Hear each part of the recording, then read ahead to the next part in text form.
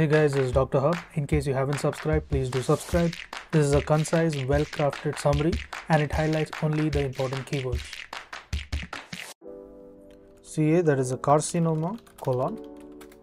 So what are the risk factors? The risk factors is that it includes smoking. The smoking is a risk factor. Then also the presence of alcohol. High fat diet, the FAP, that is a family adenomatous polyposis, the HNPCC, the hereditary non-polyposis colorectal cancer, the adenomatous polyp, as well as the ureterosigmoidotomy. Then comes the streptococcal bovis, the acromegaly, as well as the IBD, that is the ulcerative colitis and the Crohn's disease. And the Crohn's disease, that increases the risk equally. Next is also the pelvis irradiation. Now let's look at the clinical features. What does it include? So there is CRC, that is the symptoms differ depending on the location. So there is a right colonic malignancy. Right colonic malignancy, it includes the fungating cauliflower like growth, as well as there is a liquid fecal matter. The most common symptom, it includes the bleeding and it leads to the anemia. Then comes the melena as well as the occult bleeding. Then comes the hematochezia. Right iliac fossa mass is in advanced cases seen. Now the left colonic malignancy.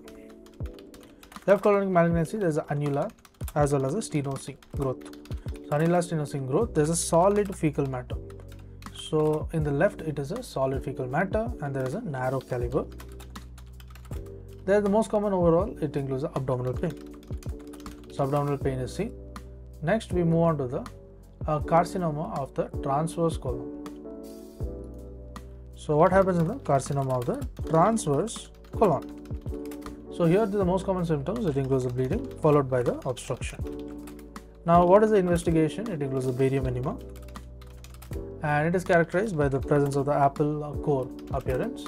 The diagnosis of CA colon will include the colonoscopy as well as presence of the biopsy.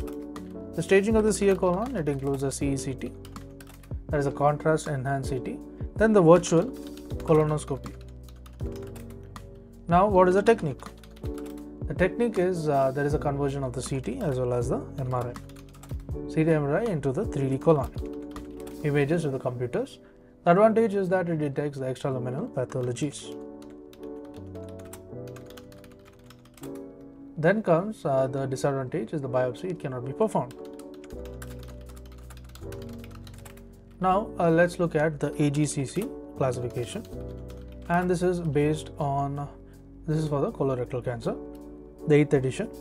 So TIS means the carcinoma in situ, and T1 means it invades the submucosa, this is 1, and 2 is invades the muscularis propria.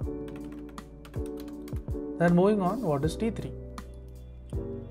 T3 is, it includes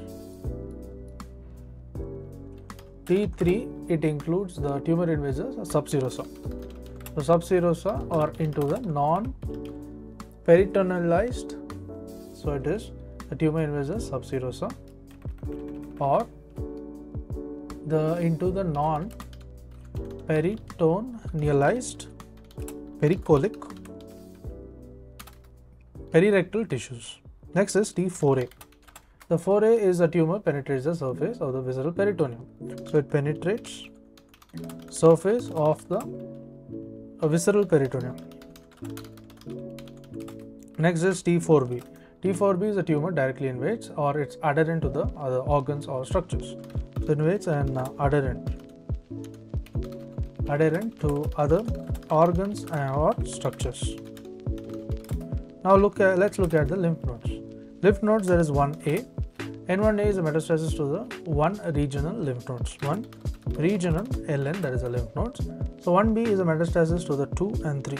So 2 and 3 lymph nodes. Then the N1C, there is a tumor deposits in the subserosa as well as the mesentery. Next is the non-peritonialized pericolic or the perirectal tissues without the regional lymph node metastasis. Next is the N2A. N2A is the metastasis to the 4 to 6, 4 to the 6 regional lymph nodes. Then the N2B. N2B is the metastasis to 7 or more regional lymph nodes. So 7 or more are the regional lymph nodes. Then moving on to the metastasis, there is M1A. M1A stands for the metastasis which is confined to one organ or site without the peritoneal metastasis. So one organ or the site. And when 1B is the metastasis of more than one organ. And M1C. M1C is the metastasis of the peritoneum with or without the other organ. So with or without organ, and it is the metastasis to the peritoneum. Now what is the treatment? How do you treat this? Treatment will be by, there is TIS, that is a polyp, there is polypectomy. Next, in stage 1 and 2, go for the surgical excision. In stage 3, you go for again the surgical excision as well as the adjuvant. There is the adjuvant chemotherapy which can be done, and this is preferred regimen for the FOLFOX 4.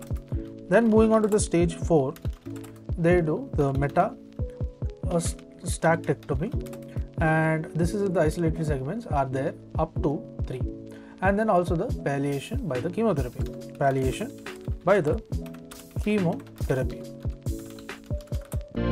To learn and grow daily like this, please do subscribe.